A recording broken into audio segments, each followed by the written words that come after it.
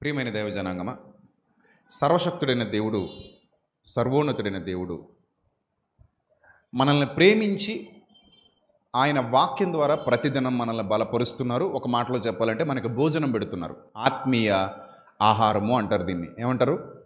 ఆత్మీయ ఆహారం. చాలాసార్లు చెప్పాను మీకు, శరీరం ఎలాగైతే భోజనం లేకపోతే క్షీణించిపోతుందో ఆత్మకు కూడా ఆహారం లేకపోతే అలాగే క్షీణించిపోతుంది.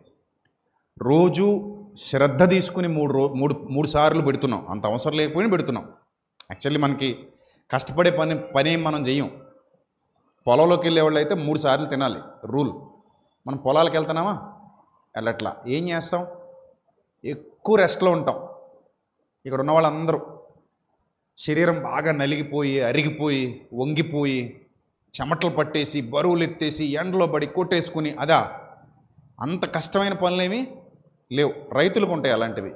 ఇక్కడ రైతులు ఎంతమంది ఉన్నారు? చేయి చూపించండి. నాకు తెలిసి ఒక్కరు కూడా లేరు. అంటే ఇక్కడ ఎవరు రైతులు లేరు. అంటే అందరూ కూడా నీడ పట్టు నుండి పని చేసుకునేవాళ్ళు, వ్యాపారాలు చేసుకునేవాళ్ళు. 3 సార్లు అవసరం లేదు మనకి. అయినా కూడా క్రమం తప్పకుండా ఏం చేస్తున్నాం? 3 సార్లు అవసరమైన దానికంటే కూడా అతిగా అందించేస్తున్నాం. అమ్మమ్మ తిను తిను తిను తిను, బలం నీకు ఎడిది తిను, ఎంత తింటే అంత బలం, నువ్వు తినాలి, బాగా తినాలన్నట్టు అందించేస్తున్నాం. అంత అవసరం లేదు రూల్గా అయితే. ఏ డాక్టర్నైనా అడగండి, సార్ 3 సార్లు మేత వేయాలంటారా అని అంటే ఆయన అంటాడు, 3 సార్లు అవసరం లేదమ్మా, నీ కష్టానికి తగినట్టుగా మేత వేయి అంటాడు.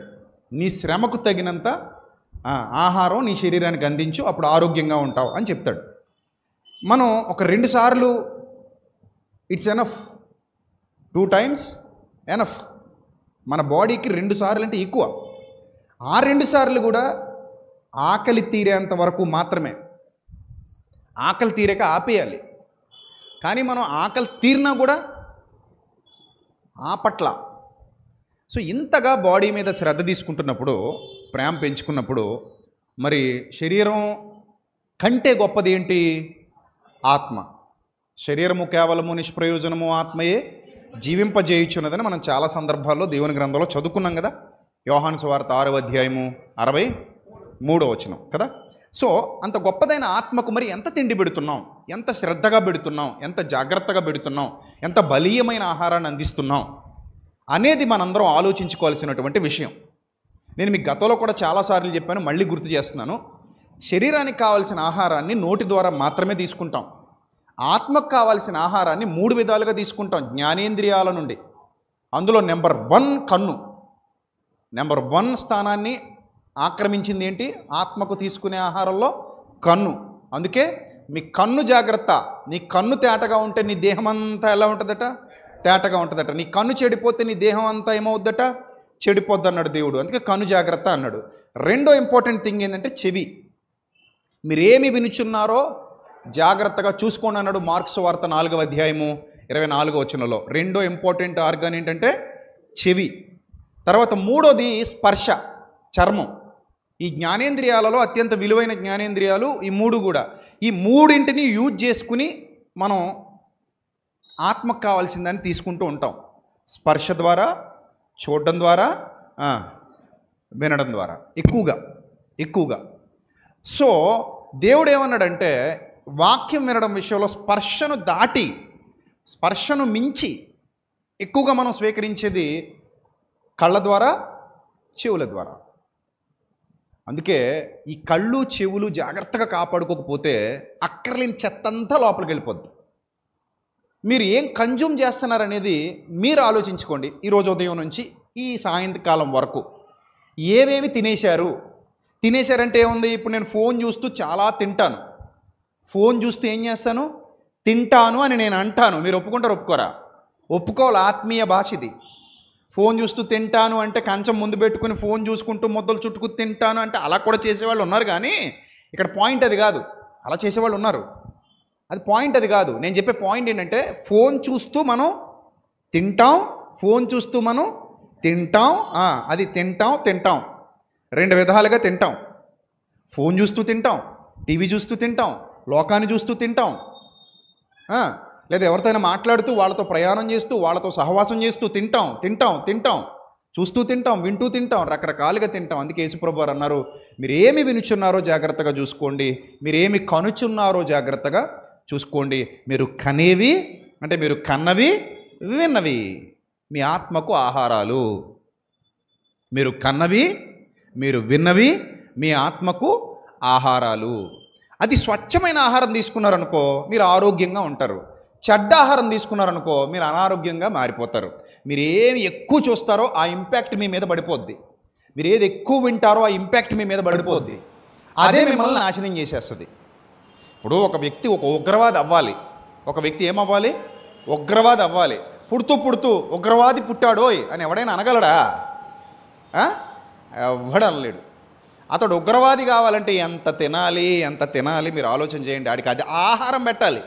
ఉగ్రవాద సంబంధమైన ఆహారం రోజు పెడుతూ ఉంటే heal become a terrorist. Heal become a terrorist. ఆ టెర్రరిస్ట్ ఎలా అయ్యాడంటే తిన్నాడు. వాడికి బాగా నూరు పోశారు. జిహాద్ అంటూ అదంటూ ఇదంటూ రకరకాలుగా నూరు పోసేసి వాడికి లేనివన్నీ ఎక్కించేసి భయంకరమైనవన్నీ ఎక్కించేసి వాడిని ఉగ్రవాదిగా మార్చేశారు. ఈరోజు సమాజంలో అలాంటి ఉగ్రవాదులు ఎంతోమంది ఉన్నారు.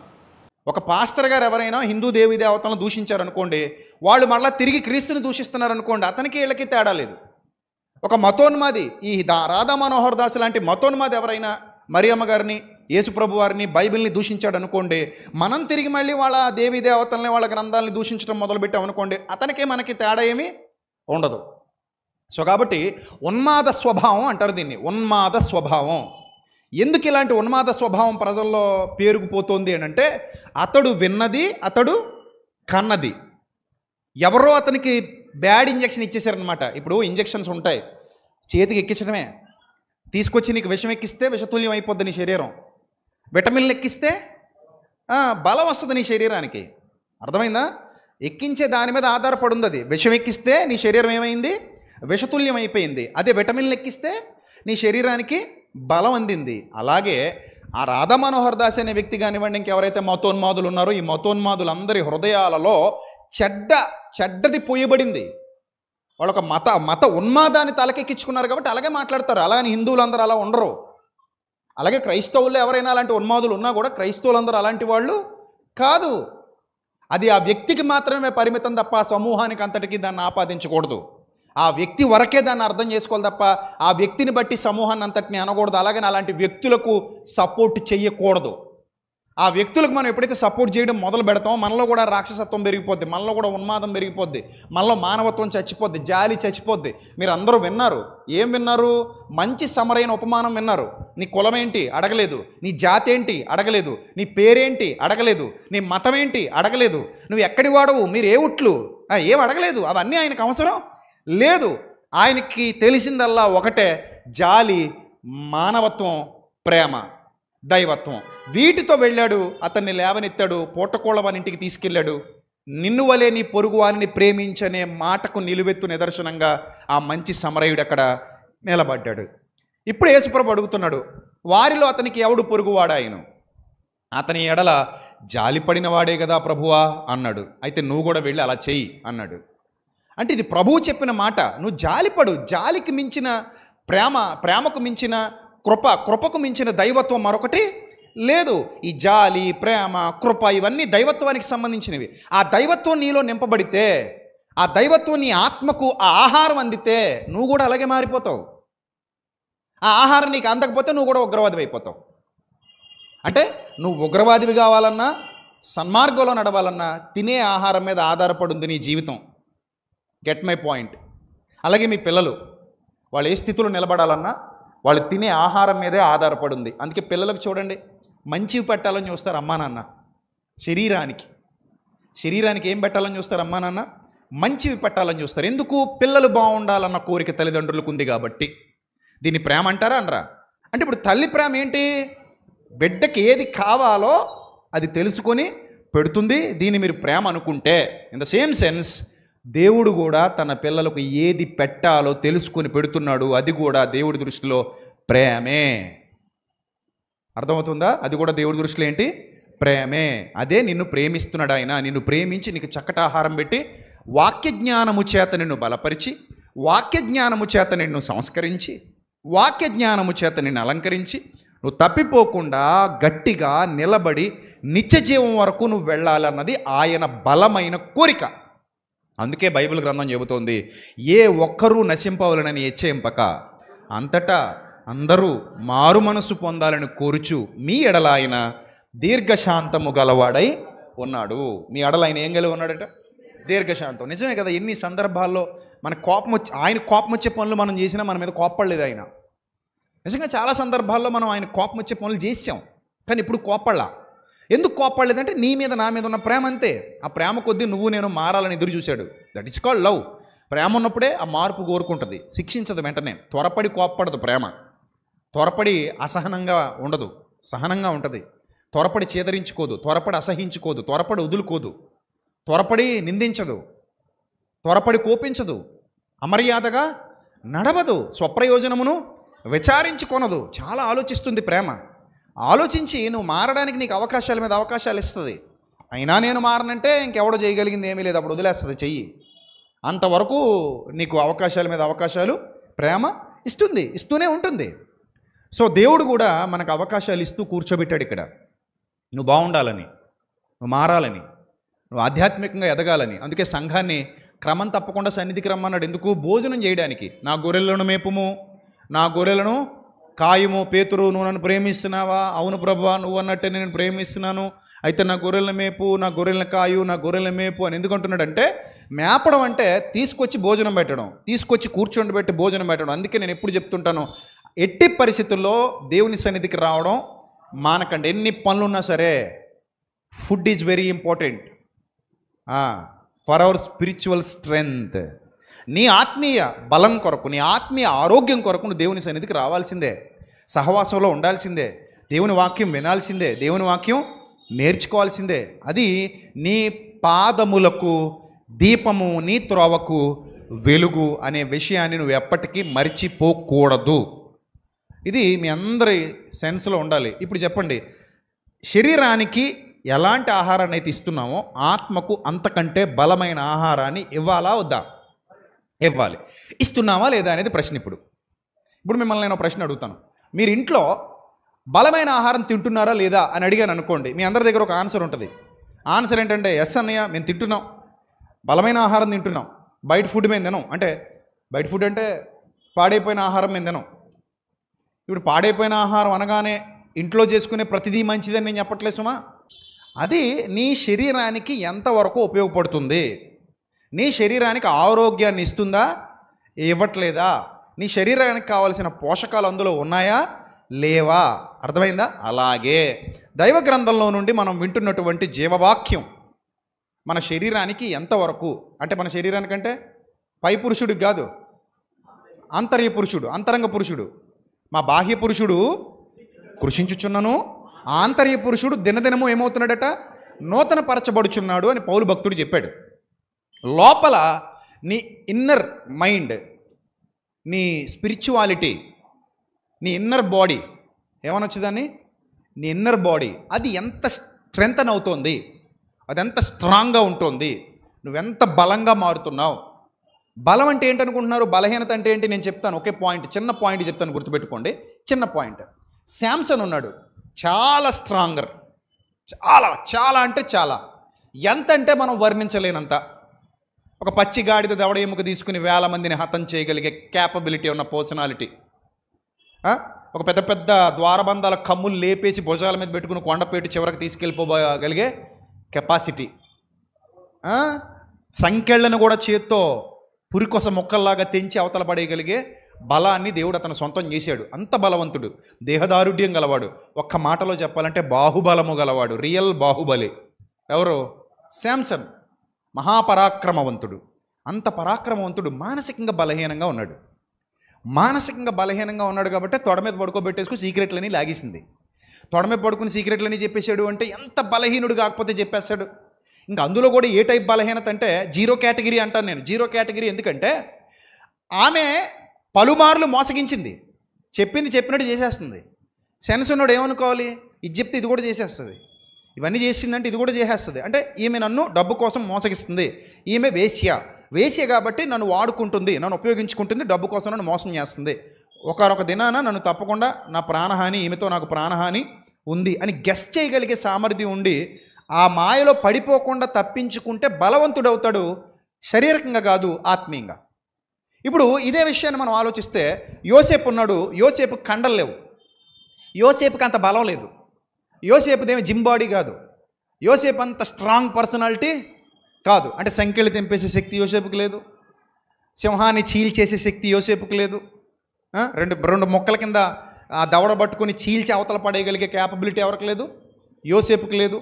అలాగే ఆ పట్టణపు ద్వారబంధాల కమ్మీలు ఎత్తిపడేసి తెంపిపడేసి భుజాలకు ఎత్తుకుని కొండపేటు వరకు తీసుకోగలిగే కెపాసిటీ యోసేపుకి లేదు. అలాగే పచ్చి గాడిద దవడెముక తీసుకుని 1000 మందిని హతమార్చగలిగే యోధులతో యుద్ధం చేసి హతమార్చగలిగే కెపాసిటీ యోసేపుకి లేదు. అలాగే నక్కలను పట్టుకుని వాటి తోకలు ఒకదానికొకటి ముడివేసి వాటికి అగ్ని నిప్పంటించి ఫిలిస్తీన్ల పంట పొలాల్లోకి వదిలేయగలిగే సామర్థ్యం కూడా యోసేపుకి లేదు. ఈ అన్నింటిలో అతడు వీక్.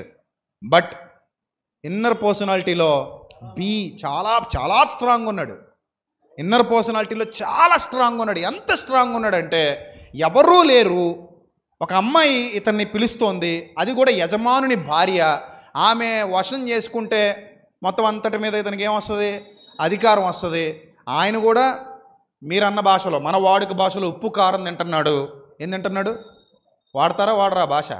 అయ్యో సమృద్ధిగా వాడతారు, చాలా సందర్భాల్లో వాడతారు. ఉప్పు కారం తినే బాడీ అండి అంటే ఉప్పు కారం తింటే తప్పులు చేసేమనుందా? ఉప్పు కారం తింటే తప్పు చేసేస్తారా? ఉప్పులో ఉందా తప్పు, కారంలో ఉందా తప్పు, మన బుద్ధిలో ఉందా తప్పు? ఉప్పులోనూ కారంలోనూ తప్పు లేదు. ఎందులో ఉందా తప్పు? మన బుద్ధిలో ఉంది తప్పు. ఉప్పులో కారంలో తప్పులు ఉండవు. అర్థమైందా? మరీ ఎక్కువ తింటే బీపీ పెరుగుద్ది, లేకపోతే ఇంకేమైనా కడుపులో అల్సర్లు అవి ఇవి ఏర్పడతాయి, మంట పెరుగుద్ది, అంతే తప్ప ఉప్పు కారం నిన్ను తప్పు వైపు నడిపించదు. బుద్ధి జ్ఞానం ఉంటే తప్పు చేయకుండా ఆగుతాం. అర్థమైందా? అందుకే ఆ పదాల వాడుకలే తప్పు. సర్లే వాడుతున్నారు, వదిలేద్దాం. ఇప్పుడు మరి అతను కూడా మీ భాషలో ఉప్పు కారం తింటున్నాడుగా, కానీ తప్పు చేయలేదంటే వస్త్రం వదిలి మరి పారిపడాడు. దాని అర్థం ఏంటి? లోపల చాలా స్ట్రాంగ్ ఉన్నాడు. ఈయన బయటికి స్ట్రాంగ్ ఉన్నాడు, ఆయన లోపల స్ట్రాంగ్ ఉన్నాడు. సంసోను బయటికి స్ట్రాంగ్ ఉన్నాడు, లోపల వీక్గా ఉన్నాడు. యోసేపు బయటికి వీక్గా ఉన్నాడు, లోపల స్ట్రాంగ్ ఉన్నాడు. అది నీ వ్యక్తిగత జీవితం ఎలా ఉందో నువ్వు అంచనా వేసుకునే కొలమానం. ఇప్పుడు నీ కొలమానం అదే. నువ్వు బయటికి ఎలా ఉన్నావు, లోపల ఎలా ఉన్నావు చెప్పు. అది ఆలోచించుకో ఒకసారి. బయటికి చాలా స్ట్రాంగ్ ఉన్నానండి, నా జిమ్ బాడీ అండి, పొద్దున్న జిమ్కి వెళ్ళిపోతానండి, బాగా ఎక్సర్సైజ్ చేస్తానండి, యోగా చేస్తానండి, అది చేస్తానండి, ఇది చేస్తానండి. ఓకే, మంచిదే, శరీరానికి అది మంచి యంత్రం, అది యంత్రాన్ని జాగ్రత్తగా కాపాడుకోవాలి, మంచిదే, చెయ్యి, తప్పులేదు. బట్ లోపల ఇంకెంత స్ట్రాంగ్ ఉంది? మజిల్స్ బయట కాదు, ఎక్కడ ఉండాలి? లోపల స్ట్రాంగ్ మజిల్స్ ఉండాలి. కట్టలు బయట తిరగకూడదు, ఎక్కడ తిరగాలి? లోపల తిరగాలి. నీ ప్యాకులన్నీ ఎక్కడ రావాలి? బయట కాదు. 6 ప్యాకు, 8 ప్యాకు, 12 ప్యాకు, ఆ ప్యాకులన్నీ ఎక్కడ ఉండాలి? మంచిదే, నీకు బయట ఉంటే మంచిదే, లోపల కూడా ఉండాలి. ఎలా పడితే అలా ఉంచేస్తానండి శరీరాన్ని, ఉంచేయి, మంచిదే. మరి లోపల ఎలా ఉంచుతున్నావు? దాన్ని కూడా ఉంచాలి. అసలు దీనికంటే ఎక్కువగా దాన్ని సెట్ చేయాలి. అది దేవుని కోరిక. అందుకే ఆత్మఫలమేమనగా అన్నాడు. అన్నీ ఇన్నర్ పర్సనాలిటీసే చెప్తాడు అక్కడ. లోపలివి చెప్తాడు, బయటవి చెప్పడు. బయటవి మనకు తెలుసు, బయట మనకు ఎవరు చెప్పక్కర్లేదండి, ఆటోమేటిక్ తెలిసిపోతే కొన్నాళ్ళకి. తినగా మనకు అర్థమైపోద్ది, ఓహో ఇది తింటే మంచిది కాదు, ఇది తింటే మంచిది, ఈ రూట్లో వెళ్ళడం కరెక్ట్ కాదు, ఈ రూట్లో వెళ్ళడం కరెక్టు, కొన్నాళ్ళకి తెలిసిపోతాయి. దేవుని ఉద్దేశం ఏంటంటే శరీరానికి కావాల్సినవన్నీ ఇచ్చేసాడు, ప్రకృతిలో పెట్టేశాడు ఆయన. దాన్ని చెప్పడానికి వైద్యులు ఉన్నారు, చాలామంది జ్ఞానులు ఉన్నారు, చాలామంది చదువుకున్న వాళ్ళు ఉన్నారు, దాని మీద పరిశోధనలు చేసిన వాళ్ళు ఉన్నారు, డాక్టర్లు ఉన్నారు, వాళ్ళు చెప్తారు. మరి మనం దేనికి? సన్నిధి దేనికోసం? శరీరం కోసమా, ఆత్మ కోసమా సన్నిధి? ఎస్, శరీరానికి ఆహారం పెట్టడానికి కాదు సన్నిధి, దేవుని సన్నిధి ఆత్మీయ ఆహారం అన్నాడు. అందుకే మనం వాడే పదాలన్నీ అలాగే ఉంటాయి. మీరు బాగా డీప్గా అర్థం చేసుకుంటే ఈరోజు కొన్ని ఆత్మలు రక్షించబడ్డాయి అంటాం ఎవరికైనా బాప్తిస్మ ఇచ్చినప్పుడు. ఈరోజు ఉదయమే నేను ఒక ఆవిడికి బాప్తిస్మ ఇచ్చాను, వాళ్ళ బంధువులకి ఎవరికో ఇచ్చాను. సో అంటే ఏమని మాట్లాడతాం? ఈరోజు కొన్ని ఆత్మలు రక్షణలోకి వచ్చాయి, బాప్తిస్మం పొందారు అంటాం మనం. అర్థమైందా? అంటే ఆత్మలు రక్షించబడ్డాయి, ఆత్మల రక్షణ కోసం వాక్య ప్రకటన, ఆత్మల రక్షణ కోసం సువార్త ప్రకటన, ఆత్మీయ బలం పొందుకోండి, ఆత్మీయంగా ఆరోగ్యంగా ఉండండి, ఆత్మ నిత్య జీవానికి వెళ్ళాలి, ఆత్మ స్వతంత్రాన్ని పొందుకోవాలి, ఆత్మ సంకెళ్లలో నుండి విడుదల పొందాలి, నీ ఆత్మ కొరకు దేవదూతలు రావాలి. ఇవన్నీ ఈ పదాలన్నీ దేనికోసం వాడతామంటే విశ్వాసి భాషలో ప్రేమ, నిరీక్షణ ఇవన్నీ కూడా ఆత్మ సంబంధమైనవే. అర్థమైందా? ఇప్పుడు ఆత్మఫలము అని మొదలుపెట్టాడు ఆయన. ప్రేమ, సంతోషం, సమాధానం, సాత్వికం, మంచితనం, విశ్వాసం, దీర్ఘశాంతం, ఆశా నిగ్రహం, దయాళుత్వం ఇవన్నీ కూడా ఎందులోకి వస్తాయంటే ఇన్నర్ పర్సనాలిటీ, లోపల, బయట కాదు. ఎక్కడ? లోపల. అక్కడ బాగుండాలి, నువ్వు అక్కడ స్ట్రెంగ్తన్ అయిపోవాలి, అక్కడ స్ట్రాంగ్ ఉండాలంటే ఎక్కువ వాక్యం వినాలి, ఎక్కువ దేవుని జ్ఞానాన్ని నేర్చుకోవాలి, ఎక్కువ దేవుని జ్ఞానాన్ని నీ సొంతం చేసుకోవాలి. అందుకే దేవుడు ఏమన్నాడు తెలుసా? ఉపవాసం చేయండి అన్నాడు. ఏం చేయమన్నాడు? ఉపవాసం చేయండి అన్నాడు. ఉపవాసం అంటే అర్థం ఏంటి? ఉపవాసం అంటే చెప్పండి. ఉపవాసం అనే పదానికి అర్థం తెలుసా మీకు? ఉపవాసం అంటే ఏంటి? ఉపవాసం అంటే సమీపంగా రావడం అని అర్థం. ఉపవాసం అంటే అర్థం ఏంటి? సమీపంగా రావడం. సమీపంగా రావడం. ఎవరికి సమీపంగా రావడం? ఎస్, సహవాసం. దేవునికి సమీపంగా వచ్చి చేసే సహవాసాన్ని ఉపవాసం అని అభివర్ణిస్తారు. ఉపవాసము అంటే ఆయనకి సమీపంగా రావడం. ఎవరు సమీపంగా వచ్చేస్తున్నారు? భక్తులు వస్తారు. ఏ స్థితిలో వస్తారంటే అన్నీ మర్చిపోయి వస్తారు. అన్నీ మర్చిపోయి త్యజించి వస్తారు. త్యజించి అంటే ఏంటి? నేను కాసేపు మొత్తం స్విచ్ ఆఫ్ చేశానండి. మొత్తం ఏం చేశాను? స్విచ్ ఆఫ్ చేశాను. స్విచ్ ఆఫ్ చేసేసి ఎక్కడికి వచ్చానంటే ప్రభు సన్నిధానంలోనికి వచ్చాను. ప్రభు యొక్క అనుకూలత కోసం, ప్రభు యొక్క ఆశీర్వాదం కోసం, ప్రభు యొక్క దీవెన కోసం నేను ఆయన సమీపానికి చేరుకున్నాను. ఎందుకంత సమీపంగా వచ్చేసావు ఆయనకి అంటే ఆయన యొక్క కృపను, ఆయన యొక్క దయను, ఆయన యొక్క ఆశీర్వచనాన్ని పొందుకొని ఆయన ద్వారా శక్తిని పొందడానికి. ఉదాహరణకి ఒక ఇనప ముక్క అయస్కాంతంతో సహవాసం చేసింది అనుకోండి, ఆ అయస్కాంతత్వాన్ని ఈ ఇనప ముక్క కూడా ఎంతో కొంత తీసుకుంటుందా? తీసుకోదా? తీసుకుంటుంది. ఆ తర్వాత ఇది కూడా ఆకర్షించగలిగే గుణాన్ని పెంపొందించుకుంటుంది, సంపాదించుకుంటుంది. ఇన్ ద సేమ్ సెన్స్ మీరు ఎప్పుడైతే ఈ ఉపవాసం పేరుతో దేవుని సన్నిధికి దేవునికి దగ్గర అవుతారో, ఉపవాసం అంటే అన్నం మానేయడం అని లేదు, అర్థం రావట్లేదు. అలాగా ఉపవాసం అంటే అన్నం మానేయడం అనే అర్థమే రావట్లేదు. ఉపవాసం అంటే ఏ అర్థం వస్తుందంటే దేవునికి దగ్గరగా రావడం, ఆయనతో సహవసించటం, ఆయన సమీపానికి చేరుకోవటం అనే అర్థాలు వస్తున్నాయి తప్ప నువ్వు అన్నం మానేసి వచ్చి కూర్చో, ఆ బాధ అనుభవించు, దుఃఖపడు అనే అర్థాన్ని ఇవ్వట్లేదు అక్కడ. సో ఇప్పుడు ఉపవాసం అంటే ఏంటి మరి? ఏ విధమైన ఉపవాసాన్ని క్రైస్తవులు స్వీకరించగలగాలి? ఫస్ట్ ఏ ఉపవాసం ఇంపార్టెంట్ అనేది కూడా మనం చాలా జాగ్రత్తగా ఆలోచన చేయాలి. చాలా జాగ్రత్తగా. ఇది చాలా హైలీ నాలెడ్జ్. మనం క్రింది స్థాయి ఆలోచన విధానాన్ని విడిచిపెడితే తప్ప ఈ హైలీ నాలెడ్జ్ అనేది మనకు అర్థం కాదు. అందుకే కొంచెం జాగ్రత్తగా మనసు పెట్టి వినే ప్రయత్నం చేయండి. కొద్ది నిమిషాలు మీకు ఎక్స్ప్లెయిన్ చేస్తాను. పాత నిబంధన గ్రంథంలో దేవుడు లేవియాకాండం 16వ అధ్యాయంలో 29వ వచనాన్ని ఒకసారి చదువుదాం. దేవుడు వారికి ప్రాయశ్చిత్త దినం అనే దాన్ని ఒక దాన్ని ఇచ్చారు. లేవియాకాండం 16వ అధ్యాయము 29వ వచనం నుంచి జాగ్రత్తగా చూద్దాం. అందరూ తీయండి బైబిలు. లేవియాకాండం 16వ అధ్యాయము 29వ వచనం అందరూ తీయాలి. ఇది మీకు నిత్యమైన కట్టడ. మీకంటే ఎవరికి? అది ఆ సెన్స్ పనిచేయాలి మీకు. మీకు అనగానే మాకే మాకే మాకే అనకూడదు. మీకు కాదు, మీకంటే ఎవరికి? ఇశ్రాయేలీలకి. మీరు బైబిల్ చదివేటప్పుడు సందర్భానుసారంగా చదవడం నేర్చుకోవాలి ఫస్ట్. ఇది ఎవరితో చెప్తున్నాడు, ఎవరికి చెప్తున్నాడు, సందర్భం ఎవరికి వ్రాయబడింది, ఈ సందర్భంలో మనం ఏమర్థం చేసుకోవాలి, చరిత్ర ఏంటి, చరిత్రలో జరిగిన సంభవాలు ఏంటి, సంఘటనలు ఏంటి మనకు తెలియాలి. రైట్, ఇప్పుడు చదువుదాం. అక్కడ ఇది మీకు నిత్యమైన కట్టడ. ఇశ్రాయేలీలారా, ఇది మీకు నిత్యమైన కట్టడ. ఇక్కడ స్వదేశులు కానీ మీ మధ్య నుండి పరదేశులు కానీ మీరందరూ 7వ నెల. 7వ నెల అంటే మన నెల కాదు, వాళ్ళ నెల. వాళ్ళకి, మనకి జనవరి 1వ నెల, వాళ్ళకి అబీబు నెల. అంటే ఏ నెల? మార్చి, ఏప్రిల్ హాఫ్ ఆఫ్ తీసుకోవాలి. అంటే March 15th to April 15th మన లెక్కల్లో వేసుకుంటే మార్చి మధ్య నుండి ఏప్రిల్ మధ్య వరకు వాళ్ళకి ఒక నెల, అబీబు నెల. అది తొలి మాసం వాళ్ళకి. అలాగే మన హైందవ సోదరుల సంప్రదాయం ప్రకారం కూడా ఉగాది అప్పుడే వస్తుంది. అంటే వాళ్ళ యూదుల క్యాలెండరు ఉగాది క్యాలెండరు ఇంచుమించు సిమిలారిటీస్ ఉంటాయి రెండింటికి కూడా, ఇంచుమించు. ఎందుకంటే యూదుల క్యాలెండర్లో నుంచే పర్షియన్ క్యాలెండర్ వచ్చింది. పర్షియన్ క్యాలెండర్, ఆ పర్షియన్ క్యాలెండర్స్ ఇప్పుడున్న మన ఈ పంచాంగ లెక్కలు చూసేటువంటి ఉగాది క్యాలెండర్కి వీటికి సిమిలారిటీస్ ఉంటాయి. ఇంకా వేరే వేరే క్యాలెండర్స్ కూడా ఉన్నాయి. ఇది మనం వాడే క్యాలెండర్ వేరు. ఈ క్యాలెండర్ ప్రకారం మనం జనవరి, ఫిబ్రవరి ఈ కొలతలు మనవి, ఆ కొలతలు వాళ్ళవి. సో అబీబు నెల అంటారు దాన్ని, రైటా? రైట్. ఇప్పుడు 7వ నెల అంటే వాళ్ళ నెల. ఈ 7వ నెల 10వ నాడు ఏ పని చేయకూడదట, ఏ పని చేయకూడదు. అంటే అన్ని పనులు మానేయాలి. వంట కూడా మానేయాలి. ఏ పొయ్యి వెలిగించకూడదు. ఏ పని చేయక మిమ్మల్ని మీరు దుఃఖపరుచుకునే వల్ల, అంటే దాని పేరే దుఃఖపరుచుకునే దినం. ఎంతసేపు దుఃఖపరుచుకోవాలి? 24 hours. ఇది పొద్దున మానేసి 3 గంటలకు 3 పూటలు కలిపి తినేయడం కాదు ఉపవాసం అంటే వాళ్ళకి. నాయన, మీరు ఏ పని చేయక మిమ్మల్ని మీరు దుఃఖపరుచుకొనవలెను.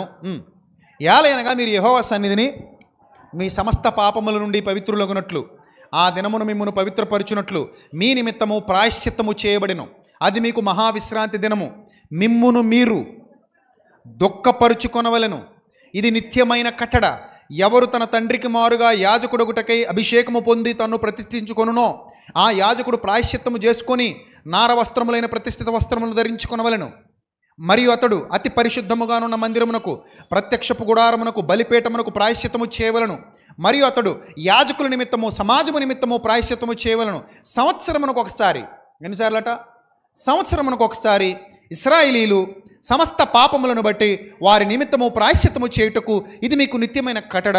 యెహోవా మోషేకు ఆజ్ఞాపించినట్లు అతడు చేసెను. ఒక డే నిర్ణయించుకున్నారు. దుఃఖపడే దినం అట అది, ప్రాయశ్చిత్త దినం. అన్ని పనులు మానేసి దేవుని సన్నిధికి వచ్చి కూర్చునేవారు. వాళ్ళ నిమిత్తం ఒక వధ జరిగేది, ఒక బలి జరిగేది. ఆ బలి రక్తం తీసుకుని యాజకుడు వీళ్ళందరి పక్షంగా దేవుని సన్నిధిలోకి ప్రవేశించేవాడు. అయ్యా, వీళ్ళందరూ చేసిన పాపాలు ఈ గొర్రె మీద మోపబడ్డాయి, వీళ్ళందరూ చేసిన పాపాలు ఈ మేక మీద మోపబడ్డాయి. దాని బలి జరిగింది, ఆ రక్తాన్ని చిందించాము, ఈ రక్త ప్రోక్షణ చేసి ఈ రక్తాన్ని పట్టుకుని నేను నీ సన్నిధిలోకి వస్తున్నాను, ఈ రక్తమును చూసి వీళ్ళందరి పాపాలు క్షమించు అని యాజకుడు ఇశ్రాయేలీల నిమిత్తం ఆనాడు దుఃఖపరుచు దినంలో వేడుకునేవాడు. ఏటేటా వెళ్ళి పనిచేసేవాడు. అంటే ఏటేటా వాళ్ళ పాపాలు వాళ్ళకి ఏమొస్తున్నాయి? జ్ఞాపకానికి వస్తున్నాయి. అంటే వాళ్ళకి తెలుసు మన పాపములు ఇంకా సంపూర్ణంగా తొలగింపబడలేదు. ఎందుకంటే ఈ బలులు ఇంకా జరుగుతూనే ఉన్నాయిగా, ఈ బలులు ఇంకా జరుగుతూనే ఉన్నాయి. మన అంటే ఇంకొక జాడ్యం కూడా వాళ్ళలోకి వచ్చేసింది. అదేమిటంటే, ఎలాగూ మనం ఇయర్లీ వన్స్ వెళ్ళి ఏం చేస్తున్నాం? ప్రక్షాళన చేసుకుంటున్నాం. కాబట్టి ఈ ఇయరంతా ఏం చేసుకోవచ్చు? ఫ్రెష్గా పాపాలు చేసుకోవచ్చు. మళ్ళీ ఫ్రెష్గా వెళ్ళి ఏం చేసుకోవచ్చు? ప్రక్షాళన చేసుకోవచ్చు. అంటే చూడండి, మురికి చేసుకోవడం, స్నానం చేయడం, మురికి చేసుకోవడం, స్నానం చేయడం శరీరానికి. అలాగా పాడైపోవటం, బాగైపోవటం, పాడైపోవటం, బాగైపోవటం అనే ప్రాసెస్ ఉందనుకున్నారు వాళ్ళు. అలాగనుకుని మరింత భ్రష్టులు అయిపోయారు, మరింత చెడిపోయారు, మరింత దుష్టత్వంలోకి వెళ్ళిపోయారు, మరింత దుర్నీతిలోకి వెళ్ళిపోయారు, మరింత ఆజ్ఞాతిక్రమం చేయటం మొదలుపెట్టారు. దేవుడు దాన్ని కోరుకోలేదు. నా పిల్లలారా, నేను పరిశుద్ధున్నై ఉన్నట్టు మీరు కూడా సమస్త ప్రవర్తన యందు ఎలా ఉండాలి?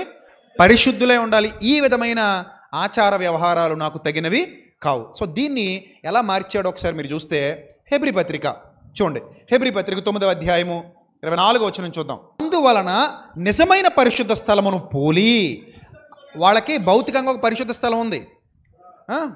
గుడారం లోపల ఆవల, ఏది? తెరకు ఆవల, తెరకు ఏవల పరిశుద్ధ స్థలం, తెరకు ఆవల అతి పరిశుద్ధ స్థలం. 2 ఉంటాయి వాళ్ళకి.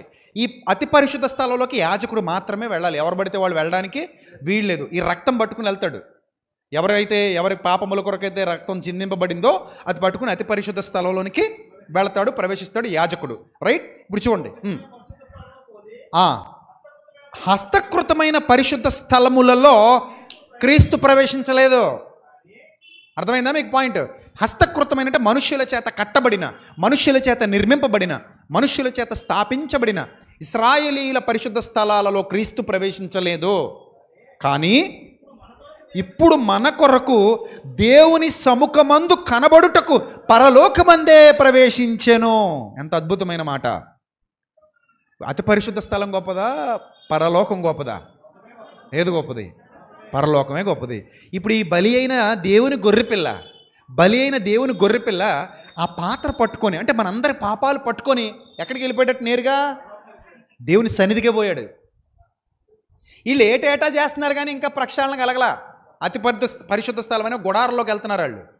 కానీ ఈయన అలా కాదు, కలువరి శిలువలో బలియాగం చేసి మానవులందరి పాప ప్రక్షాళన కొరకు తన్ను తానే బలిగా సమర్పించుకొని, తన్ను తానే, ఎవడు బలవంతంగా చేయలేదు ఆయన్ని, ఆయనంతటా ఆయనే, నేను నా గొర్రెల నిమిత్తము నేను ప్రాణము పెట్టుచున్నాను, నా అంతట నేనే నా ప్రాణము పెట్టుచున్నాను, దానిని ఎవడూ తీసుకొనలేడు, నా ప్రాణం తీసుకునే అధికారం ఎవనికి లేదు, నా ప్రాణం నేనే, నా అంతట నేనే పెడుతున్నాను అని చెప్పి మరి కలువరి శిలువలో యేసుక్రీస్తు ప్రభువారు ప్రాణత్యాగం చేశారు.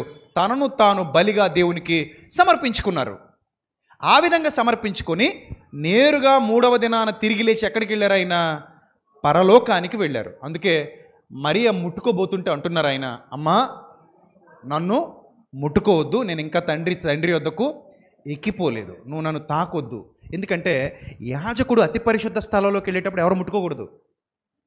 ఎందుకు ముట్టుకోవద్దు అన్నాడు అంటే పాత నిబంధన ధర్మశాస్త్రాన్ని నెరవేరుస్తున్నాడు. అక్కడ ధర్మశాస్త్రపు నెరవేర్పది ఫైనల్, అదే ఇంకా నెరవేర్పు. అందుకే అమ్మ నువ్వు నన్ను తాకొద్దు, ఎందుకు నేను ఇంకా అతి పరిశుద్ధ స్థలంలోకి అడుగు పెట్టలేదు. అతి పరిశుద్ధ స్థలంలోకి వెళ్ళేంత వరకు యాజకుడిని ఎవరు ఏం చేయకూడదు, టచ్ చేయకూడదు. అది రూల్ ఉంది ధర్మశాస్త్రంలో. ఆ రూల్ ప్రకారంగా అమ్మ నువ్వు నన్ను తాకొద్దు, కానీ శిష్యుల దగ్గరికి వెళ్ళి చెప్పు, మీ దేవుడు నా దేవుడు, మీ తండ్రి నా తండ్రి అయిన వాని యొద్దకు ఎక్కిపోవచ్చున్నానని వాళ్ళకి చెప్పు, నేను వెళ్ళి మళ్ళీ వస్తాను. వెళ్ళారు వచ్చారు, అతి పరిశుద్ధ స్థలంలోకి వెళ్ళారు వచ్చారు. అదే చెప్తున్నాడు ఇక్కడ. ఏమంటున్నాడు? పరిశుద్ధ స్థలమును పోని హస్తకృతమైన పరిశుద్ధ స్థలములో క్రీస్తు ప్రవేశింపలేదు, కానీ మన కొరకు దేవుని సముఖమందు కనబడుటకు పరలోకమందే ప్రవేశించిన. అంతేకాదు ప్రధాన యాజకుడు 25వ వచనం అందరూ చదవండి. ఇప్పుడు నేను చెప్పినంతా అక్కడ కనబడద్దు మీకు. అంతేకాదు ప్రధాన యాజకుడు ప్రతి సంవత్సరం తనది కాని రక్తం తీసుకొని పరిశుద్ధ స్థలంలోకి ప్రవేశించినట్లు ఆయన అనేక పర్యాయాలు తను అర్పించుకున్నట్టుకు ప్రవేశించలేదట, ఒకసారే. అట్లయిన ఎడల జగత్తు పునాది వేయబడింది మొదలుకొని ఆయన సంవత్సరం భూమి మీదకి రావడం, సంవత్సరం చచ్చిపోవడం, సంవత్సరం మళ్ళీ వెళ్లాల్సి రావడం, ఇలా జరగాల్సి వచ్చేది, శ్రమ పడవలసి వచ్చును. అయితే ఆయన యుగముల సమాప్తి యందు తన్ను తానే బలిగా అర్పించుకున్నట వలన పాప నివారణ చేసేయడానికి ఒక్కసారే ప్రత్యక్షపరచబడెను. అంటే ఇప్పుడు చెప్పండి, మీ పాపాలు యేసుక్రీస్తుని నమ్ముకున్నాక ఒకసారితో పోతాయా, ఇన్స్టాల్మెంట్ పద్ధతిలో పోతాయా? అందరూ చెప్పాలి నాకు. ఒకసారే పోతాయా, ఇన్స్టాల్మెంట్ పద్ధతిలో పోతాయా? ఒకసారే పోతాయి. ఇన్స్టాల్మెంట్ పద్ధతిలో పోతాయని బైబిల్ ఎక్కడైనా ఉందా? లేదు. అలాగని కొత్త పాపాలు చేద్దాం, కొత్త అకౌంట్ ఓపెన్ చేద్దాం, పాత అకౌంట్ తీసేద్దాం, కొత్త అకౌంట్ ఓపెన్ చేద్దాం, మళ్ళీ పాత అకౌంట్ తీసేద్దాం, కొత్త అకౌంట్ ఓపెన్ చేద్దాం, ఇలాంటి వెసులుబాటు ఏమైనా బైబిల్ ప్రకారం ఉందా? లేదు.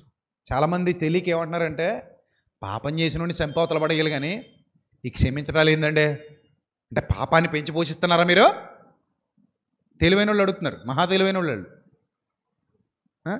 ఇప్పుడు గాంధీ జయంతికి ఖైదీలను వదిలేస్తారు, మన రాజమండ్రి సెంట్రల్ జైల్లోనే వదిలేస్తారు. దేన్ని బట్టి వదిలేస్తారండి? అరే నరహంతకుల్లారా, బయటికి వెళ్ళి మళ్ళీ ఫ్రెష్గా మర్డర్లు చేసుకుని రండిరా, వచ్చి గాంధీ జయంతికి మళ్ళీ వదిలేస్తామనా? మరి ఎందుకు వదులుతున్నారు? వాళ్ళ ప్రవర్తన బాగుపడింది, ఇక వాళ్ళు బయటికి వెళ్ళి మరలా అలాంటి పాపం పనులు చెయ్యరు, వాళ్ళు మార్పు చెందారు గనుక వాళ్ళని గాంధీ జయంతికి ఏం చేస్తున్నాం? వదిలేస్తున్నాం. స్వతంత్ర దినోత్సవానికి వదిలేస్తున్నాం. ఇక వెళ్ళి మీరు పరివర్తన చెందిన వ్యక్తులుగా గొప్పగా బతకండ్రా నాయన అని చెప్పి పంపిస్తారు. జైలర్ ఎవరైనా అదే చెప్తారు, నాయన మీరు వెళ్ళండి, ఇంకెప్పుడు మళ్ళీ తిరిగి ఇక్కడికి రాకండి, హ్యాపీగా బతకండి. నిజంగా వాళ్ళు మారు మనసు పొందిన వాళ్ళు కూడా ఉన్నారు. ఇది కూడా అంతే, ఎవడబడితే వాడికి రాదండి పాపక్షమాపణ. ఇదేం కొనుక్కోవడానికి సర్టిఫికెట్ కాదు, డబ్బులు ఇచ్చి తీసుకునేది కాదు. డబ్బులు ఇచ్చేస్తాం, పాపక్షమాపణ సర్టిఫికెట్ ఇస్తావా అంటే ఇచ్చే బాబు, పాపక్షమాపణ సర్టిఫికెట్ 3 నెలలకు కావాలా, 6 నెలలకు కావాలా, సంవత్సరానికి కావాలా? ఇదేమన్నా ఎయిర్టెల్ రీఛార్జ్ అనుకున్నావా, జియో రీఛార్జ్ అనుకున్నావా? 6 నెలల ప్యాకేజు, సంవత్సరం ప్యాకేజ్ ఇవ్వడానికి దేవుడి దగ్గర అలాంటి ప్యాకేజీలు ఏమి ఉండవు. ఒకటే ప్యాకేజ్, లైఫ్ టైం ప్యాకేజ్, ఉచితం. నువ్వు మారు మనసు పొందితే నీ ప్రతి పాపము ఏమవుతుంది? క్షమించబడుతుంది. యేసుక్రీస్తు దగ్గర రావాల్సింది కూడా పాపక్షమాపణ కొరకు, అది ఒకసారే తీసిపడేస్తాడంతే. ఇక మరి ఎన్నడూ ఆయన నీ పాపములను జ్ఞాపకం చేసుకొనడు. నువ్వు మారు మనసు పొందిన దినాన్నే అంతా మర్చిపోయాడు. మళ్ళీ అమాసకోసారి పూర్ణానికోసారి గుర్తు చేసి మరి నిన్ను ఇబ్బంది పెట్టడానికి ఆయన అత్తగారో కోళ్ళో కాదు. ఒకసారి అత్తగారులు చూడండి, బాగానే మాడతారు, అంతసేపు బాగానే మాడతారు. చిన్న గొడవ వచ్చిందనుకోండి, అక్కడి నుంచి తోకుంటూ వస్తారు. ఎక్కడి నుంచి? పెళ్లి కుదిరిన దగ్గర నుంచి, పెళ్లి చూపుల్లో మీరు ఆవిడికి స్వీట్ వేయలేనంత దగ్గర నుంచి, పెళ్లిలో మీరు ఆవిడికి బిర్యానీలో మొక్క తగ్గించిన దగ్గర నుంచి, మీ నాన్నగారు వందనం వచ్చిన చేయలేదన్న దగ్గర నుంచి, మీ అమ్మగారు అడిగిందల్లా ఇస్తానన్న దాని దగ్గర ఇవ్వలేదన్న దాని దగ్గర నుంచి, కోడళ్ళు అలాగ ఉంటారు, అత్తగారులు అలాగ ఉంటారు. కొంతమంది సుమ అందరు కాదు నా మీద పగబట్టేయకండి. అక్కడక్కడ అని చెప్పాను, మీరు అనలేదు కూడా, నేను ఎక్కడో ఉంటారు అలాంటి వాళ్ళు. సో అలాగా పాత అన్ని తవ్వి తవ్వి తవ్వి తవ్వి గుర్తు చేసి మీ అమ్మలాగా, మీ నాన్నలాగా, మీ తాతలాగా, మీ చెల్లిలాగా, మీ అక్కలాగా ఈ టైపు ఆయన దగ్గర ఉండదు. ఆయనకి ఎన్నడూ జ్ఞాపకం చేసుకొనడు. గతకాలపు పాపాలను ఎత్తి చూపేవారు దేవుని పిల్లలు కారు. ఎందుకంటే అవి క్రీస్తునందు ఏమైపోయాయి? కడిగివేయబడ్డాయి, కొట్టివేయబడ్డాయి. ఎత్తుతున్నాడంటే వాడు సాతాను. నేను హింసకుణ్ణే, దోషకుణ్ణే, హానికరుణ్ణే, కానీ ఇప్పుడు క్రీస్తు సైనికుణ్ణి. పౌలు అంటున్నాడు, పూర్వం హింసకుణ్ణి, దోషకుణ్ణి, హానికరుణ్ణి. ఇప్పుడు నేను హింసకుణ్ణి కాదు, దోషకుణ్ణి కాదు, హానికరుణ్ణి కాదు, మరి ఎవరు? నేను ఇప్పుడు క్రీస్తు సైనికుణ్ణి. ఇప్పుడు సేవలోకి వచ్చేసాడు, 10 ఏళ్ళు అయిపోతుంది, ఆత్మలు రక్షిస్తున్నాడు. ఇప్పుడు ఎవడో వచ్చి నీ గురించి మాది తెలియదు, నువ్వు ఎంత హింస పెట్టావో, నీ గురించి మాది తెలియదు, ఎన్ని బూతులాడావో, నీ గురించి మాది తెలియదు, ఎంతమందిని చంపావో అన్నారు అనుకోండి, వాడు సాతానే కదా? సాతానే. 10 ఏళ్ల కిందట నీ చొక్కాకి డీజిల్ అంటుకోలేదు, నేను చూశాను అన్నాడు అనుకో. 10 ఏళ్ల కింద అంటుకుందిరా నాయన, ఇప్పుడు తెల్ల చొక్కరా వేసుకున్నది. అబ్బాయి ఇప్పుడు తెల్ల చొక్క గురించి మాకు అవసరం లేదు, మాకు ఏం కావాలి? 10 ఏళ్ల కిందట నీ చొక్కకి డీజిల్ మనకు అంటుకోలేదా అన్నాడు అనుకోండి, వాడు ఎవడు? వాడు సాతాను. వాడు ఎప్పుడు కూడా దేవుడు వర్తమానం చూస్తాడు తప్ప గతాన్ని చూడ్డం. ఎప్పుడు కూడా దేవుడు ఏం చూస్తాడు? వర్తమానం, ప్రజెంట్ నీ లైఫ్ ఎలా ఉంది అది మాత్రమే కావాలి ఆయనకి. ఈరోజు నువ్వు సిన్సియర్గా మారావా, ఈరోజు నువ్వు మారు మనసు పొందావా, ఈరోజు నువ్వు దేవునికి దగ్గర అయ్యావా, అది మాత్రమే పరిగణనలోకి వస్తుంది తప్ప ఈ గతాన్ని దృష్టిలో పెట్టుకునేవాడు కాదు. ప్రభువా, నీతో కూడా, నీ రాజ్యముతో కూడా వచ్చినప్పుడు నన్ను జ్ఞాపకం చేసుకో, నేడు నీవు నాతో కూడా పరదైసులో ఉందువు. బా, ఏం అదృష్టం, ఏం అదృష్టం. ఎందుకంటే అతను ఆల్రెడీ శిలువ మీద ఏమైపోయాడు? మారిపోయాడు. ఆ మారిపోయిన స్థితిని చూస్తాడు తప్ప దేవుడు, అరే నువ్వు గతంలో ఎంతమంది ఏం చంపావు, అంతమంది దొంగతనాలు చేసి ఇవన్నీ పట్టించుకోడు ఆయన. ఎందుకంటే తెలియక చేసి తిని కనుక కనికరింపబడి తిని, ఆ తెలియక చేసిన పాపాలన్నిటికి సంబంధించిన శిక్ష ఇప్పుడు ఆల్రెడీ ఏం చేస్తున్నాడు? అసలు ఎంత భయంకరంగా చచ్చిపోతున్నాడు ఆ దొంగ. 2 చేతులకి యేసుప్రభు వారిలాగా 2 మేకులు ఉన్నాయి, కాళ్ళకు మేకులు, ఎముకలు ఎరగొడేశారు, ఒళ్ళంతా దెబ్బలు తిన్నాడు. అతను కూడా సేమ్ శిక్ష అనుభవిస్తున్నాడు. అంటే అతడు తన పాపాలకు తగిన శిక్ష భరిస్తున్నాడు కాబట్టి ఇంకో దొంగత అంటున్నాడు, ఈ శిక్ష మనకు తగినదే అన్నాడు. దేవుడు ఎంత న్యాయవంతుడు చూడండి. శరీరంతో చేసిన శిక్ష, పాపాలకు శిక్ష నువ్వు శరీరంతో ఏదో రీతిగా ఏం చేస్తావు? అనుభవించేస్తావు. అది ఎక్కడికే పోదు. అర్థమైందా? అనుభవించేస్తావు. అందుకే నీవేం విత్తువో ఆ పంటను ఏం చేయాలి? కొయ్యాలి. కొయ్యాలి తప్పదు. అందుకే జాగ్రత్త. ఏది పడితే అది విత్తేయకండి, విత్తుకుంటూ పోకండి. దొరికిందల్లా విత్తుకుంటూ పోయారనుకో, ఆ తీవ్రత మీరే అనుభవిస్తారు. ఆ పాపం, ఆ ఫలితం మీరే పొందాలి. ఎక్కడికి పోవాయి? మన కర్మలు మనల్ని వెంటాడుతూ ఉంటాయి. కొందరు పాపాలు వాళ్ళ వెనకాల వస్తున్నాయట, కొందరు పాపాలు వాళ్ళ ముందు పోతున్నాయట, తిమోతి పత్రికలో చెప్తాడు. కాబట్టి దొరికిన పనల్లా చేసేయకండి, తలచిన పనల్లా చేసేయకండి. ఆలోచించుకోండి. ఏదైనా చేసే ముందు ఇది చేయొచ్చా, చేయకూడదా, ఇలా వెళ్ళొచ్చా, వెళ్ళకూడదా, ఇది మంచిదా కాదా, లేదు చేసుకుంటూ పోయామనుకోండి ఇష్టం వచ్చినట్టు, దాని ఫలితం ఏమవ్వాలి? అనుభవించాలి. ఒక ఆయన మనం చెప్తున్నాడు, ఇక్కడికే వచ్చాడు, చాలా రోజులుగా గుట్టక అలవాటట. మన ఇక్కడికి వచ్చాడు, నాలుక సగం కుళ్ళిపోయింది పాపం. ఇక్కడికే వచ్చాడు, ప్రార్థన చేయమని వచ్చాడు, నాలుక సగం కుళ్ళిపోయింది. ఒక్క రోజులో గుట్టక తింటే నాలుక కుళ్ళిపోద్దా? ఒక్క రోజులో కుళ్ళిపోద్దా? మరి 2 రోజుల నుంచి ఇది చింపి వేసి చింపి వేసి చింపి వేసి సంవత్సరాల తరబడి ప్రాసెస్ జరిగింది. నాలుగు ఏమైపోయింది? కుళ్ళిపోయింది. అలాగే మీరు చేసే పని ఈ రోజు కనబడకపోవచ్చు, అది మంచిదైనా చెడ్డదైనా ఏదో రోజు అది ఏమొస్తుంది? బయటకు వస్తుంది. జాగ్రత్త, జాగ్రత్త. అందుకే ఇవన్నీ జరగకుండా ఉండాలంటే మంచి ఆహారం తీసుకోవాలి. ఆ మంచి ఆహారం దేవుని వాక్యం. ఇప్పుడు ప్రాయశ్చిత్త దినం మన బ్రతుకులో సంవత్సరానికి ఒక మారు కాదు, ఆల్రెడీ ఎప్పుడైతే మనం బాప్తిసం పొందామో అప్పుడే ప్రాయశ్చిత్తం అయిపోయింది. ఉపవాసం అంటే దేవునితో నువ్వు చేసేటువంటి సహవాసం. అది ఎలా అనేది వచ్చే వారం మాట్లాడతాను ఇంకా లోతుగా. ఈ ఉపవాసం గురించే ఇంకా లోతుగా మీ అందరికీ అర్థమయ్యే విధంగా చాలా లోతైన సత్యాలు ఉన్నాయి. వాటన్నిటిని మీకు నేర్పిస్తాను. ఈ వారం విన్నవాళ్ళు వచ్చే వారం తప్పకుండా ఆరాధనకు హాజరవ్వండి. మరిన్ని సంగతులు మనం దేవుని సన్నిధిలో నేర్చుకుందాం, బలపడదాం, అనేకుల్ని బలపరుద్దాం. అలాగే మీ అందరికీ నా స్పెషల్ రిక్వెస్ట్ ఏంటంటే, మీరు విన్న ఈ వాక్యాలు మీరు విని చెవిలో పెట్టేసుకుని వదిలేసి పోకుండా, ఆల్రెడీ యూట్యూబ్లో ఉంటున్నాయిగా, ఉంటున్నాయా లేవా? ఉంటున్నాయిగా, వీటిని ఇతరులకు కూడా పంపించండి. ఎందుకంటే జ్ఞానం ఒక చోట ఆగిపోకూడదు. జ్ఞానం అనేది మడుగు కాదు, జ్ఞానం అనేది చెరువు కాదు, జ్ఞానం అనేది ప్రవహించే నది.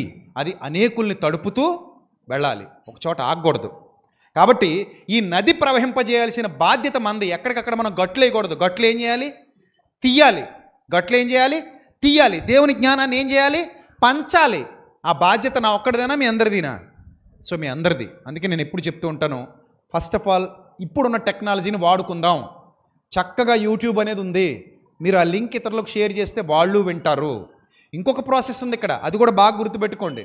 మన వీడియోలు చూస్తున్న వాళ్ళు ఏదో కామెంట్ చేయండి కింద. ప్రైజ్ దిలాడని చేస్తారా, ఆమెన్ అంటారా, ఇంకోటి అంటారా, లేకపోతే ఆ వాక్యం విన్న తర్వాత మీకు ఏ ఆలోచన కలిగిందో ఆలోచన రాస్తారా, ఏదో కామెంట్ చేయండి. ఎందుకో తెలుసా, యూట్యూబ్లో ఒక అల్కారిథం ఉంటుంది. అదేంటంటే ఎక్కువ కామెంట్లు వచ్చిన వీడియోని ఆడే తీసుకెళ్ళి అందరికీ చూపిస్తాడు. అర్థమైందా? ఎక్కువ కామెంట్లు వచ్చిన వీడియోని ఏం చేస్తాడు, వాడే తీసుకెళ్ళి అందరికీ చూపిస్తాడు. ఇది చూడండి, ఇది చూడండి, ఇది చూడండి, ఎక్కువ మంది గ్యాదర్ అవుతున్నారు, ఇది చూడండి. అలాగే ఎక్కువ ఎవరైతే లైక్ చేస్తారో ఆ వీడియోని కూడా వాడి తీసుకెళ్ళి అందరికీ చూపిస్తాడు. అందుకే నేను ఎప్పుడు మన పిల్లలకి చెప్తూ ఉంటాను, మీరు ఏదో కామెంట్ చేసుకుంటూ పోండి. మీరు ఆమెన్ రాస్తారా రాయండి, ప్రైజ్ ది లార్డ్ అని రాస్తారా రాయండి, లేదా ఈ సత్యం మీకు ఎలా అర్థమైందో, ఇందులో ఏముందో కంటెంట్ అది రాస్తారా రాయండి. ఇలా రాయడం వల్ల ఏమవుతుందంటే మనకేం కోట్లు ఖర్చు అవ్వవు, మనకేం నష్టమో రాదు. మనం ఏదో లైక్ బటన్ క్లిక్ చేయటం వల్ల మనకు వచ్చే నష్టమేమీ ఉండదు. సరికదా ఆ వీడియో ఎక్కువ మందికి యూట్యూబ్ ఏం చేస్తాడు, ప్రమోట్ చేస్తాడు. That is the YouTube algorithm. ఎక్కువ మందికి ప్రమోట్ చేస్తాడు. అలా ప్రమోట్ చేయడం వల్ల ఎక్కువ మంది సత్యం వింటారు. తెలియని వాళ్ళకు కూడా సత్యం అర్థమవుతుంది, నేర్చుకునే వాళ్ళు నేర్చుకుంటారు. అలాగే యూట్యూబ్లో, ఇన్స్టాగ్రామ్లో ఉన్న పిల్లలందరికీ చెప్తున్నా, యవనస్తులు వాళ్ళకి, మీరు మన వీడియోలు వాడుకోండి, యూజ్ చేసుకోండి. మీ యూట్యూబ్లో పెట్టుకోండి, ఇన్స్టాలో పెట్టుకోండి, ఫేస్బుక్లో రీల్స్ కట్ చేసుకుని అప్లోడ్ చేసుకోండి. ఏదో విధంగా సత్యం నది వలె ప్రవహించాలి, జ్ఞానం నది వలె ప్రవహించాలి. అది అనేకుల హృదయాలను తడపాలి. దేవుని పని విస్తృతంగా జరగాలి. నశించిపోతున్న ఆత్మలు రక్షించబడాలి.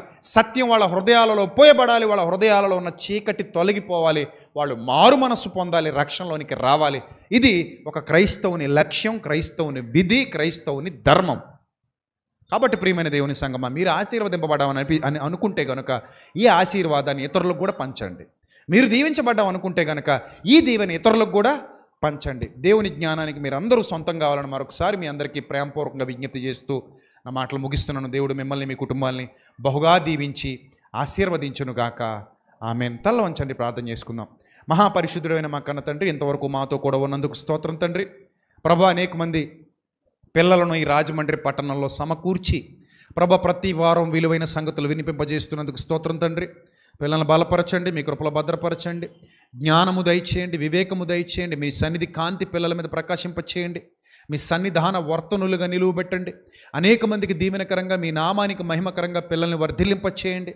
వారు సత్యవాక్యమును బట్టి అతిశయిస్తూ ప్రభా మీతో ఉపవాసము సహవాసము చేస్తూ మీ ఎడల ప్రభా ఏదైతే మాకు వ్యర్థమైనది ఉందో దాన్ని తొలగించుకుంటూ మాకు అవసరమైన దాన్ని స్వీకరిస్తూ మీలో బహుగా ఫలించడానికి, ఆత్మీయంగా ఆత్మ ఫలముతో నింపబడడానికి సహాయము దయచేయమని ఘనత, మహిమ, ప్రభావములు మీకు మాత్రమే ఆరోపిస్తూ సంఘాన్ని దయగల మీ హస్తాలకు అప్పగిస్తూ దూర ప్రాంతాల నుండి వాక్యం వింటున్న బిడ్డల్ని, వారి కుటుంబాలను కూడా దీవించి ఆశీర్వదించమని వేడుకుంటూ ప్రభువా అనేక మందికి దీవెనకరంగా మమ్మల్ని నిలబెడుతున్నందుకు కృతజ్ఞతాస్తుతులు చెల్లిస్తూ క్రీస్తు యేసు వారి పరిశుద్ధ నామంలో ఈ ప్రార్థన మనవులు సమర్పించి మీ వద్ద నుండి జవాబు పొందుకుంటున్నాం మా కన్న తండ్రి.